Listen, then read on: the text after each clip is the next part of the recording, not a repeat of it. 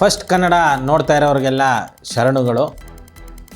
ಏನು ನೀಟ್ ವಿಚಾರವಾಗಿ ನಾವು ಶುರು ಮಾಡಿರುವಂಥ ಹೋರಾಟ ಸುದೀರ್ಘವಾದ ಹೋರಾಟ. ಇದು ಸತತ 1 ವರ್ಷ ಇದರ ವಿಚಾರವಾಗಿ ಕೆಲಸ ಮಾಡಬೇಕಿದೆ. ಕೇವಲ ಕರ್ನಾಟಕದಲ್ಲಿ ಮಾತ್ರ ಅಲ್ಲದೆ ನಾವು ಸೌತ್ ಇಂಡಿಯಾದ ಉಳಿದ ದ್ರಾವಿಡ ರಾಜ್ಯಗಳೇನಿದೆ ಅಲ್ಲೆಲ್ಲ ಕೂಡ ಹೋಗಿ ಮುಖ್ಯಮಂತ್ರಿಗಳಿಗೆ ಎಚ್ಚರಿಕೆ ಪತ್ರನ ಕೊಡ್ತಾ ಇದ್ದೀವಿ. ಏನದು ಎಚ್ಚರಿಕೆ ನೋಡಿ, 2027 ಅಂಬೇಡ್ಕರ್ ಜಯಂತಿ ಒಳಗಡೆ ನೀವೇನಾದರೂ ಈ ಒಂದು ಕೇಂದ್ರ ಸರ್ಕಾರದಿಂದ ಈ ಮೆಡಿಕಲ್ ಸೀಟ್ಗಳನ್ನ ನೀವು ವಿದ್ಯಾರ್ಥಿಗಳಿಗೆ ಕೊಡೋದಕ್ಕೆ ಅಧಿಕಾರನ ನೀವು ತಗೊಳ್ಳಿಲ್ಲ ಅಂದರೆ ರಾಜ್ಯ ಸರ್ಕಾರಗಳು, ನಾವು 2027 ಮೇನಲ್ಲಿ ನಡೆಯುವಂಥ ನೀಟ್ ಎಕ್ಸಾಮ್ ಹಾಲ್ಗಳನ್ನ ಸೀಸ್ ಮಾಡ್ತೀವಿ, ಅಂದರೆ ಮುತ್ತಿಗೆ ಹಾಕ್ತೀವಿ. ಸೌತ್ ಇಂಡಿಯಾದಲ್ಲಿ ಎಲ್ಲೆಲ್ಲಿ ನಡೀತಾ ಅಲ್ಲೆಲ್ಲ ಮುತ್ತಿಗೆ ಹಾಕ್ತೀವಿ. ಇದರ ಮೂಲಕ ಈ ಎಕ್ಸಾಮನ್ನು ನಿಲ್ಲಿಸಲಾಗುತ್ತೆ ಮತ್ತು ಈ ವ್ಯವಸ್ಥೆ ಬದಲಾಗಬೇಕು. ನೋಡಿ, ಇಲ್ಲಿ ಸಾಕಷ್ಟು ಜನ ಹೋರಾಟ ಮಾಡ್ತಾಯಿದ್ದಾರೆ. ಭಾಳ ದೊಡ್ಡ ವೈರಲ್ ಆಗಿಬಿಟ್ಟಿದೆ. ಯಾವುದೋ ಒಂದು ಕಾಕ್ರೋಚ್ ಜಿರಳೆಗಳ ಪ್ರತಿಭಟನೆ ಅಂತೆಲ್ಲ ಬೆಂಗಳೂರಲ್ಲೂ ಕೂಡ ಅವರು ಬಂದು ಪ್ರತಿಭಟನೆಯನ್ನು ಮಾಡಿದ್ದಾರೆ.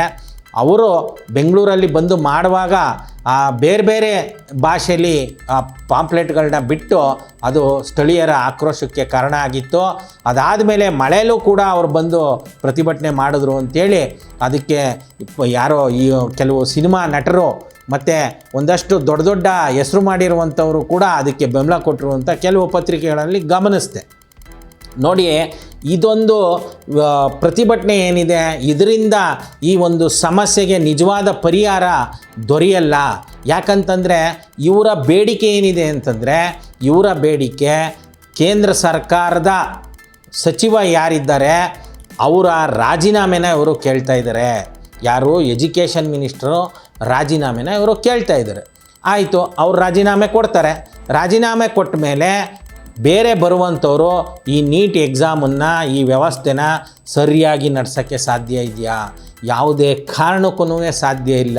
ಕಾರಣ ಏನು ಅಂತಂದರೆ, ಈಗ ಇವರು ಪ್ರತಿಪಾದಿಸಿರುವಂಗೆ ಕಂಪ್ಯೂಟರ್ ಬೇಸ್ಡು ಆ ಥರ ಟೆಸ್ಟ್ಗಳನ್ನ ಮಾಡ್ತೀವಿ ಅಂತ ಹೋದ್ರೂ ಕೂಡ ಸರ್ವರ್ ಹ್ಯಾಂಗ್ ಆಗಿಬಿಡುತ್ತೆ. ಈಗ ನೋಡಿ, ಎಕ್ಸಾಮು ಏನಿದೆ ಜೂನ್ 21ಕ್ಕೆ, ಆ ಎಕ್ಸಾಮ್ದು ಆಲ್ ಟಿಕೆಟನ್ನು ಡೌನ್ಲೋಡ್ ಮಾಡುವಾಗಲೇ ಸರ್ವರ್ ಹ್ಯಾಂಗ್ ಆಗಿದೆ ಸ್ವಾಮಿ.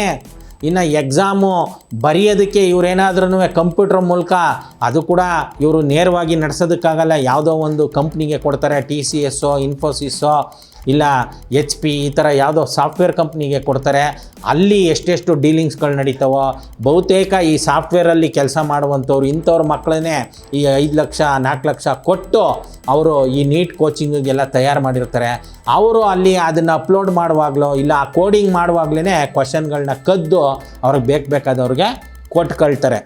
ಇಷ್ಟು ಕೆಟ್ಟದಾದ ವ್ಯವಸ್ಥೆಯಲ್ಲಿ ಇವರು ಇರುವಾಗ ಇಲ್ಲಿ ಇವರು ಯಾರೋ ಒಬ್ಬರು ರಾಜೀನಾಮೆನ ಕೇಳಿಬಿಟ್ಟು ಅದರಿಂದ ಇದು ಬದಲಾಗ್ಬಿಡುತ್ತೆ ಅಂತ ಖಂಡಿತವಾಗ್ಲೂ ತಿಳ್ಕೊಳ್ಬೇಡಿ. ಅದರಲ್ಲೂ ಇದು ಶುರುವಾಗಿರೋದು ನಾರ್ತ್ ಇಂಡಿಯಾದವರಿಂದ. ಯಾವುದೋ ಈ ಕಾಕ್ರೋಚ್ ಪ್ರತಿಭಟನೆ ಅಂತ ಏನು ನಡೀತಾ ಇದೆ, ಇದು ನಾರ್ತ್ ಇಂಡಿಯಾದವರಿಂದ ನಡೀತಾ ಇದೆ. ಇವರ ಯಾವುದೇ ವಿಚಾರಗಳಿಗೆ ಯಾವುದೇ ಪರಿಹಾರ ಕೂಡ ಇಲ್ಲಿ ಜನಪರವಾದ ಪರಿಹಾರನ ಕೊಡೋದಕ್ಕೆ ಸಾಧ್ಯ ಇಲ್ಲ. ಯಾಕಂತಂದರೆ ನಾರ್ತ್ ಅವರು ಅಂತಂದರೆ ಅವರು ಒಟ್ಟಾರೆ ಏನು ಈ ಇಂಡಿಯಾ ಒಕ್ಕೂಟ ಇದೆ ಅದನ್ನು ಒಂದು ದೇಶ ಒಂದು ಭಾಷೆ, ಒಂದು ದೇಶ ಒಂದು ಎಕ್ಸಾಮು, ಒಂದು ದೇಶ ಒಂದು ರೇಷನ್ನು, ಈ ರೀತಿಯ ಚಿಂತನೆ ಅವ್ರಿಗೆ ಏನಾಗ್ಬಿಟ್ಟಿದೆ ಅಂದರೆ, ಯಾರಿಗೆ ಅಂತಂದರೆ ನಾರ್ತ್ ಅವ್ರಿಗೆ, ಅವರು ಹೋರಾಟಗಾರರಿರ್ಬೋದು, ರಾಜಕಾರಣಿಗಳಿರ್ಬೋದು. ಸೌತ್ ಅಂತಂದರೆ ಅವ್ರಿಗೆ ದೋಚೋದಕ್ಕೆ ಇರುವಂಥ ಒಂದು ವಿಪುಲವಾದ ಅವಕಾಶ ಇರುವಂಥ ಒಂದು ಜಾಗ ಅನ್ನೋದನ್ನು ಬಿಟ್ಟು ಬೇರೆ ಇನ್ಯಾವುದೇ ಗೌರವನೂ ಅವ್ರಿಗೆ ಇಲ್ಲ. ಅವರು ಸೌತ್ ಅವ್ರನ್ನ ಕಪ್ಪು ಜನ, ಮದ್ರಾಸಿ, ಸಾಲ ಮದ್ರಾಸಿ ಈ ಥರ ಕೆಟ್ಟ ಭಾವನೆಯಿಂದ ನೋಡ್ತಾರೆ ಹೊರತಾಗಿ ಇಲ್ಲಿಯ ಟ್ಯಾಲೆಂಟಿಗೆ ಅವರು ಯಾವ ಕಾರಣಕ್ಕೂ ಬೆಲೆ ಕೊಡೋದಿಲ್ಲ.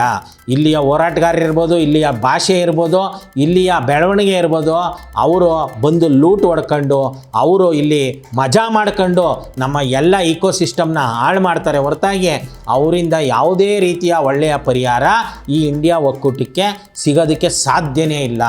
ಹಾಗಾದರೆ ಇದಕ್ಕೆ ಪರಿಹಾರ ಏನು ಅಂತಂದರೆ, ಏನು ಪರಿಹಾರ? ನಾವು ಪದೇ ಪದೇ ಹೇಳ್ತಾ ಇದ್ದೀವಿ, ರಾಜ್ಯ ಸರ್ಕಾರಗಳಿಗೆ ಸಂಪೂರ್ಣ ಎಜುಕೇಷನ್ನ ಹ್ಯಾಂಡ್ ಓವರ್ ಮಾಡಬೇಕು.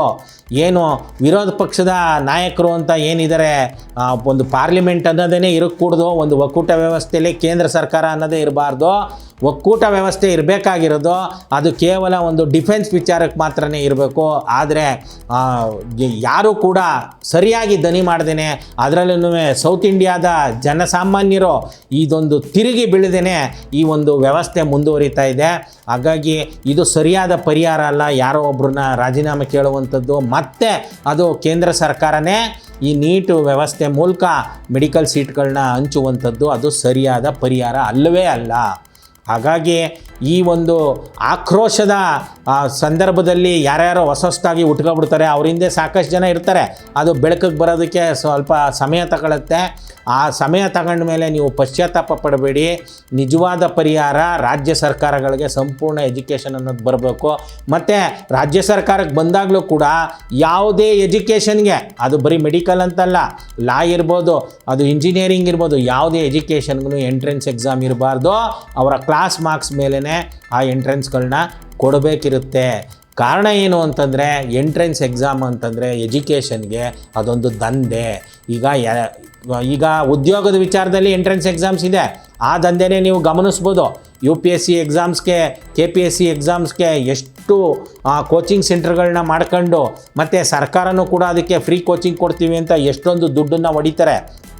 ಇದ್ರ ಮೂಲಕ ಆಯ್ಕೆ ಆಗುವಂಥ ಸರ್ಕಾರಿ ಉದ್ಯೋಗಿಗಳು ಎಷ್ಟು ಜನ, ಅಲ್ಲಿ ಒಂದು 3,000 ಪೋಸ್ಟನ್ನು ಬಿಟ್ಟರೆ ಅದಕ್ಕೆ 3 ಲಕ್ಷ ಜನ ಅರ್ಜಿನ ಹಾಕಿರ್ತಾರೆ. ಉದ್ಯೋಗಕ್ಕೆ ಹೋಗಲಿ ಬಿಡಿ, ಒಂದು ಪರೀಕ್ಷೆ ಮೂಲಕ ನಡೆಸೋದು ನಾವು ಅಕ್ಸೆಪ್ಟ್ ಮಾಡೋಣ. ಆದರೆ ವಿದ್ಯಾಭ್ಯಾಸಕ್ಕೆ ಈ ರೀತಿ ಪರೀಕ್ಷೆ ಮೂಲಕ ನಡೆಸೋದನ್ನ ನಾವು ಯಾವ ಕಾರಣಕ್ಕೂ ಅಕ್ಸೆಪ್ಟ್ ಮಾಡಬಾರ್ದು. ಯಾಕಂತಂದರೆ ವಿದ್ಯಾಭ್ಯಾಸ ಎಲ್ರಿಗೂ ಮುಕ್ತವಾಗಿರಬೇಕು, ಎಲ್ಲರೂ ಕೂಡ ಶ್ರಮ ಬಿದ್ದು ಕಲಿಬೇಕು. ಯಾವಾಗ ಇದಕ್ಕೆ ಎಂಟ್ರೆನ್ಸ್ ಎಕ್ಸಾಮ್ ಇರೋದಿಲ್ವೋ, ಪ್ರತಿ ವರ್ಷವೂ ಎಲ್ಲ ಮಕ್ಕಳನ್ನೂ ಸರಿಯಾಗಿ ಓದೋದ್ರ ಕಡೆಗೆ ಗಮನ ಕೊಡ್ತಾರೆ. ಇಲ್ಲ ಅಂತಂದರೆ ಯಾರು ಹೆಚ್ಚು ಫೀಸನ್ನು ಕಟ್ಟಿ ದೊಡ್ಡ ದೊಡ್ಡ ಕೋಚಿಂಗ್ ಸೆಂಟ್ರು, ದೊಡ್ಡ ದೊಡ್ಡ ಸ್ಕೂಲು ಕಾಲೇಜ್ಗಳಲ್ಲಿ ಓದಿಸ್ತಾರೆ, ಅಂಥವ್ರಿಗೆ ಮಾತ್ರನೇ ಈ ರೀತಿಯ ಜನರು ಸೇವೆ ಮಾಡುವಂಥ ಉದ್ಯೋಗಗಳೇನಿದೆ, ಡಾಕ್ಟರ್ ಇರ್ಬೋದು, ಲಾಯರ್ ಇರ್ಬೋದು, ಇಂಥವು ಸೇರ್ಕತ್ತವೆ ಹೊರತಾಗಿ ಬೇರೆ ಜನಸಾಮಾನ್ಯರಿಗೆ ಇವು ತಲುಪೋದಿಲ್ಲ. ಜನಸಾಮಾನ್ಯರಿಗೆ ಯಾವಾಗ ತಲುಪೋದಿಲ್ಲ, ಅವರು ಜನಸಾಮಾನ್ಯರಿಗೆ ಆ ಒಂದು ಸರ್ವಿಸನ್ನು ಕೊಡುವ ಮನಸ್ಥಿತಿಯವರು ಖಂಡಿತವಾಗ್ಲೂ ಈ ಉದ್ಯೋಗದಲ್ಲಿ ಬರಲ್ಲ. ಕೇವಲ ಬಿಸ್ನೆಸ್ ಆಗಿಬಿಡುತ್ತೆ. ಮೆಡಿಕಲ್ ಅಂತಂದರೆ ಇವತ್ತು ಈಗಾಗಲೇ ಬಿಸ್ನೆಸ್ ಆಗಿದೆ. ಪಾಪ ಜನಸಾಮಾನ್ಯರು ಏನು ಮಾತಾಡ್ತಾರೆ ಅಂತಂದರೆ, ಏನು ಈಗ ಬಿಟ್ಟಿ ಭಾಗ್ಯಗಳು ಅಂತ ಇವರು ಆಡ್ಕೊಳ್ತಾರೆ, ಇಲ್ಲ ಅಂತಂದರೆ ಈ ಗ್ಯಾರಂಟಿಗಳನ್ನ ಫ್ರೀ ಬೀಸ್ ಅಂತ ಕರೀತಾರೆ. ಇದು ಯಾವುದೂ ಬಿಟ್ಟಿ ಭಾಗ್ಯ ಅಲ್ಲ, ಯಾವುದು ಕೂಡ ಫ್ರೀ ಬೀಸ್ ಅಲ್ಲ, ಎಲ್ಲವೂ ನಮ್ಮ ತೆರಿಗೆ ದುಡ್ಡಿಂದ ಸಿಗ್ತಾ ಇರುವಂಥದ್ದು. ಈ ಒಂದು ಕಾರ್ಯಕ್ರಮಗಳನ್ನ ನಿಲ್ಲಿಸ್ಬಿಟ್ಟು ಹೆಲ್ತ್ ಎಜುಕೇಷನ್ನ ಫ್ರೀ ಕೊಟ್ಬಿಡ್ಬೇಕು ಗೌರ್ಮೆಂಟು ಅಂತ ಮಾತಾಡ್ತಾರೆ. ಆದರೆ ಏನು ಅಂತಂದರೆ ಇವತ್ತಿಗೂ ಕೂಡ ಗೌರ್ಮೆಂಟ್ ಹಾಸ್ಪಿಟ್ಲ್ ಇರ್ಬೋದು, ಇಲ್ಲ ಗೌರ್ಮೆಂಟ್ ಸ್ಕೂಲು ಕಾಲೇಜ್ಗಳಿರ್ಬೋದು, ಅದು ಫ್ರೀ ಇಲ್ಲ ಅಂತಂದ್ರೂ ಸಂಪೂರ್ಣವಾಗಿ ಭಾಳ ಕಡಿಮೆ ಅಂದರೆ ಕಡಿಮೆಲಿ ಅವರು ಟ್ರೀಟ್ಮೆಂಟನ್ನು ಕೊಡ್ತಾರೆ. 10 ರೂಪಾಯಿ 20 ರೂಪಾಯಿ ಈ ಥರದ್ರಲ್ಲಿ ಟ್ರೀಟ್ಮೆಂಟು. ಇನ್ನು ಸ್ಕೂಲ್ಗಳಲ್ಲಿ ನಾಮಿನಲ್ಲಾಗಿ ಒಂದು 50 ರೂಪಾಯಿ 100 ರೂಪಾಯಿನ ಕಟ್ಟಿಸ್ಕೊತಾರೆ ಹೊರತಾಗಿ ಅಲ್ಲಿ ಊಟ ಕೊಡ್ತಾರೆ, ಮೊಟ್ಟೆ ಕೊಡ್ತಾರೆ, ಹಾಲು ಕೊಡ್ತಾರೆ, ಬಟ್ಟೆ ಕೊಡ್ತಾರೆ, ಶೂಸ್ ಕೊಡ್ತಾರೆ, ಪುಸ್ತಕ ಕೊಡ್ತಾರೆ, ಒಳ್ಳೆ ಟೀಚರ್ಸ್ಗಳನ್ನ ಕೊಡ್ತಾರೆ. ಆದರೆ ಇವರು ಅಲ್ಲಿ ಓದಿಸೋದಕ್ಕೆ ರೆಡಿ ಇಲ್ಲ, ಇವರು ಅಲ್ಲೋಗಿ ಟ್ರೀಟ್ಮೆಂಟನ್ನು ತಗೊಳ್ಳೋದಕ್ಕೆ ರೆಡಿ ಇಲ್ಲ. ಕಾರಣ ಏನು ಅಂತಂದರೆ ಉಚಿತವಾಗಿ ಕೊಡ್ತಾ ಇಲ್ಲ ಅನ್ನೋದಲ್ಲ, ಕಾರಣ ಪ್ರೈವೇಟು ದಂಧೆಗೆ ಅವಕಾಶ ಕೊಟ್ಟಿರೋದು. ಈ ಪ್ರೈವೇಟು ದಂಧೆ ಹೆಲ್ತ್ ಎಜುಕೇಷನಲ್ಲಿ ಕೊಟ್ಟಿರೋದ್ರಿಂದ ಇವ್ರು ಏನು ಮಾಡ್ತಾರೆ, ಈ ಪ್ರೈವೇಟವರು ಗೌರ್ಮೆಂಟು ವ್ಯವಸ್ಥೆನ ಭಾಳ ಕಳಪೆ ಅನ್ನೋ ರೀತಿಯಲ್ಲಿ ಬಿಂಬಿಸ್ತಾ ಹೋಗ್ತಾರೆ, ಕೆಡಿಸ್ತಾರೆ. ಅಲ್ಲಿ ಕೆಲಸ ಮಾಡೋರನ್ನ ಅವರು ಡೈವರ್ಟ್ ಮಾಡಿ ಆಮಿಷಗಳನ್ನ ಒಡ್ಡಿ ಗೌರ್ಮೆಂಟ್ ಹಾಸ್ಪಿಟ್ಲ್ ಇರ್ಬೋದು, ಗೌರ್ಮೆಂಟ್ ಸ್ಕೂಲು ಕಾಲೇಜ್ ಇರ್ಬೋದು, ಇದು ಭಾಳ ಕಳಪೆ ಅನ್ನೋ ರೀತಿಲಿ ಈ ಪ್ರೈವೇಟ್ ಅವರು ದಂಧೆ ನಡೆಸೋದಕ್ಕೋಸ್ಕರ ಬಿತ್ತು ಬಿಟ್ಟಿದ್ದಾರೆ. ಇದರಿಂದ ದಿಕ್ಕು ತಪ್ಪದಂಗೆ ಆಗಿರುವ ಜನಸಾಮಾನ್ಯರು ವಿಚಲಿತರಾಗಿ ಕೆಲವು ಸಲ ಏನೇನೋ ಮಾತಾಡ್ತಾರೆ, ಸರ್ಕಾರ ಕೊಡ್ತಾ ಇಲ್ಲ ಅಂತ. ನಿಜವಾಗ್ಲೂ ಸರ್ಕಾರ ಕೊಡ್ತಾ ಇದೆ, ಅದನ್ನು ಬಳಸೋದಕ್ಕೆ ಈ ಪ್ರೈವೇಟ್ ದಂಧೆ ಬಿಟ್ಕೊಡ್ತಾ ಇಲ್ಲ. ಹಾಗಾದರೆ ಈ ಪ್ರೈವೇಟ್ ದಂಧೆಗೆ ಅವಕಾಶ ಮಾಡಿಕೊಟ್ಟಿರೋರು ಯಾರು ಅಂದರೆ ಇದೇ ಸರ್ಕಾರಗಳೇ ಮಾಡಿಕೊಟ್ಟಿದೆ. ಯಾಕೆ ಮಾಡಿಕೊಟ್ಟಿದ್ದಾರೆ ಅಂದರೆ ಇದನ್ನೆಲ್ಲ ನಡೆಸ್ತಾ ಇರೋರು ಸರ್ಕಾರದ ಭಾಗ ಆಗಿರುವ MLA MP ಈ ಮಿನಿಸ್ಟರ್ಗಳಿದಾರಲ್ಲ ಇವ್ರುಗಳನ್ನೇ ನಡೆಸ್ತಾ ಇರೋದು.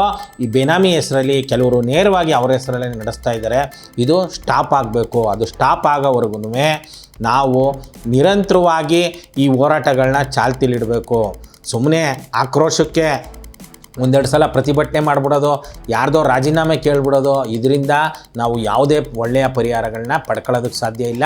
ಅದರಲ್ಲೂ ನಾರ್ತ್ ಇಂಡಿಯಾದ ಅವರು ಹೋರಾಟಗಾರರೇ ಆಗಿರಲಿ, ಚಿಂತಕರೇ ಆಗಿರಲಿ, ಇವರು ಯಾರೇ ಸೂಚಿಸುವಂಥ ಪರಿಹಾರಗಳಿದೆಯಲ್ಲ, ಇದು ಬಿಲ್ಕುಲ್ ಒಪ್ಪುವಂಥದ್ದಲ್ಲ, ಅದು ಜನಪರವಾದಂಥದ್ದು ಅಲ್ಲ. ಯಾಕಂತಂದರೆ ನಾರ್ತ್ ಇಂಡಿಯಾದವರು ಅವರ ನುಡಿ ನಾಗರಿಕತೆನ ಮರೆತು ಅವರ ನುಡಿನ ಬಿಟ್ಕೊಟ್ಬಿಟ್ಟು ಅವರು ಬೇರೆ ಎಲ್ಲ ಪರಿಹಾರನ ಸೂಚಿಸಕ್ಕೆ ಹೋಗ್ತಾರೆ. ಅದು ಯಾವುದೇ ಕಾರಣಕ್ಕೂ ಒಳ್ಳೆಯ ಪರಿಹಾರ ಅಲ್ಲ. ಸೌತಲ್ಲಿ ಏನಿದೆ, ಇವತ್ತು ನಾವು ದ್ರಾವಿಡ ನುಡಿ ನಾಡುಗಳೇನಿವೆ, ಇಲ್ಲಿ ಒಂದು ನುಡಿಯ ಆಧಾರದ ಮೇಲೇ ಪ್ರತಿಯೊಂದೂ ಕಟ್ಟಿರುವಂಥದ್ದು. ನೀವು ಇಲ್ಲಿ ಮಾತ್ರ ಅಲ್ಲ, ಜಗತ್ತಿನ ಅದು ಇಸ್ಲಾಂ ದೇಶಗಳೇ ಇರ್ಬೋದು, ಅದು ಕ್ರಿಶ್ಚಿಯನ್ ದೇಶಗಳೇ ಇರ್ಬೋದು, ಬೇರೆ ಬೇರೆ ಸೆಕ್ಯುಲರ್ ಕಂಟ್ರಿನೋ ಇಲ್ಲ ಡೆಮೊಕ್ರೆಟಿಕ್ ಕಂಟ್ರಿನೋ ನೀವು ಗಮನಿಸ್ಬೋದು, ಎಲ್ಲವೂ ಕೂಡ ನುಡಿ ಆಧಾರದಲ್ಲಿ ಕಟ್ಟಿರುವಂಥದ್ದು. ಉದಾಹರಣೆಗೆ ಯುನೈಟೆಡ್ ಅರಬ್ ಎಮಿರೇಟ್ಸ್ ಅಂತ ಇದೆ ಹೊರತಾಗಿ UAE ದುಬೈ ಅಂತ ಏನು ಕರಿತೀವಿ, ಇದು ಯುನೈಟೆಡ್ ಮುಸ್ಲಿಂ ಎಮಿರೇಟ್ಸ್ ಅಂತ ಇಲ್ಲ. ಇದೇ ಥರ ನೀವು ಹಾಲೆಂಡ್ ಇರ್ಬೋದು, ಪೋಲೆಂಡ್ ಇರ್ಬೋದು, ಸ್ಪೇನ್ ಇರ್ಬೋದು, ಫ್ರೆಂಚ್ ಇರ್ಬೋದು, ಜರ್ಮನಿ ಇರ್ಬೋದು, ಈ ಥರ ಎಲ್ಲವೂ ಲ್ಯಾಂಗ್ವೇಜ್ ಮೇಲೇ ಆಗಿರುವಂಥದ್ದು. ಕಜಕಿಸ್ತಾನ, ಬಾಂಗ್ಲಾದೇಶ, ಹಿಂಗೆ ಹೇಳ್ತಾ ಹೋದರೆ ನಿಮಗೆ ಪಟ್ಟಿ ದೊಡ್ಡದಾಗಿ ಸಿಗ್ತಾ ಹೋಗುತ್ತೆ. ಎಲ್ಲವೂ ಕೂಡ ಇಲ್ಲಿ ಒಂದು ನುಡಿ ನಾಗರಿಕತೆ ಅದರ ತಳಪಾಯ, ಅದರ ನಂತರ ಜಾತಿ, ಧರ್ಮ, ಆರ್ಥಿಕ ವ್ಯವಸ್ಥೆ ಎಲ್ಲವೂ ಬರುವಂಥದ್ದು. ಆ ರೀತಿಯ ನುಡಿ ನಾಗರಿಕತೆಯ ಚಿಂತನೆ ಇರುವಂಥದ್ದು ಅದು ದ್ರಾವಿಡ ನುಡಿನಾಡುಗಳಲ್ಲಿ ಮಾತ್ರ.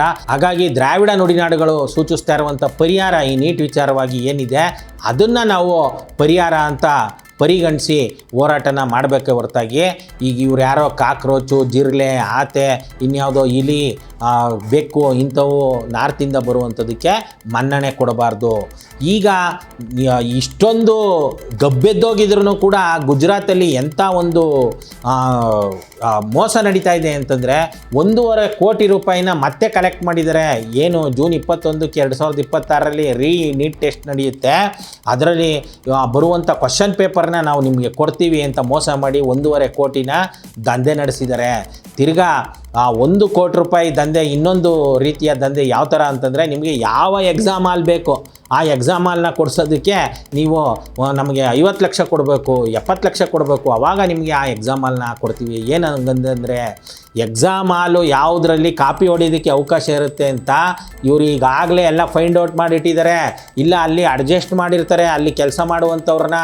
ನೋಡಿ, ಇಡೀ ಇಂಡಿಯಾ ಒಕ್ಕೂಟದಲ್ಲಿ ಏಕಕಾಲದಲ್ಲಿ 20-25 ಲಕ್ಷ ಜನಕ್ಕೆ ಎಕ್ಸಾಮ್ ನಡೆಸಬೇಕು ಅಂತಂದರೆ ಯಾರ್ರೀ ನೋಡ್ಕೊ ಕೂತ್ಕೊಳ್ಳೋಕ್ಕಾಗುತ್ತೆ? ಸುಮ್ಮನೆ ಡೈಲಾಗ್ಗೆ ಹೊಡಿಬೋದು ಏನಂತ, ನಾನೆಲ್ಲ ಲ್ಯಾಪ್ಟಾಪಿಗೆ ಕನೆಕ್ಟ್ ಮಾಡ್ಕೊಬಿಟ್ಟಿದ್ದೀನಿ ಅಂತ.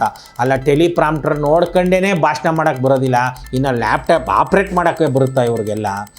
ಈ ಥರದ ಸುಳ್ಳುಗಳನ್ನ ನಂಬಿ ಈಗಾಗಲೇ ನಾವು ಸಂಪೂರ್ಣವಾಗಿ ಹಳ್ಳ ಹಿಡಿದ್ಬಿಟ್ಟಿದ್ದೀವಿ. ಸಂಪೂರ್ಣವಾಗಿ ಈ ಸಮಾಜ ಅಧಪತನಕ್ಕೆ ಹೋಗ್ಬಿಟ್ಟಿದೆ. ಇನ್ನು ಮುಂದೆನೂ ಕೂಡ ಇವರನ್ನು ನಾವು ನಂಬುವಂಥ ಕೆಲಸಕ್ಕೆ ಹೋಗಬಾರ್ದು ಅಂತ ಹೇಳ್ತಾ, ಈ ಒಂದು ನಮ್ಮ ಹೋರಾಟಕ್ಕೆ ಅವಕಾಶ ಮಾಡಿಕೊಟ್ಟಿರುವ ಫಸ್ಟ್ ಕನ್ನಡ ಚಾನಲ್ ಅವ್ರಿಗೆ ನಮನಗಳನ್ನ ತಿಳಿಸ್ತಾ, ಎಲ್ಲರೂ ಕೂಡ ಫಸ್ಟ್ ಕನ್ನಡ ಚಾನಲ್ನ ನೋಡಿ ಶೇರ್ ಮಾಡಿ ಮತ್ತು ನಮ್ಮ ಹೋರಾಟನೂ ಬೆಂಬಲಿಸಿ ಅಂತ ಹೇಳ್ತಾ ಶರಣು. Thank you.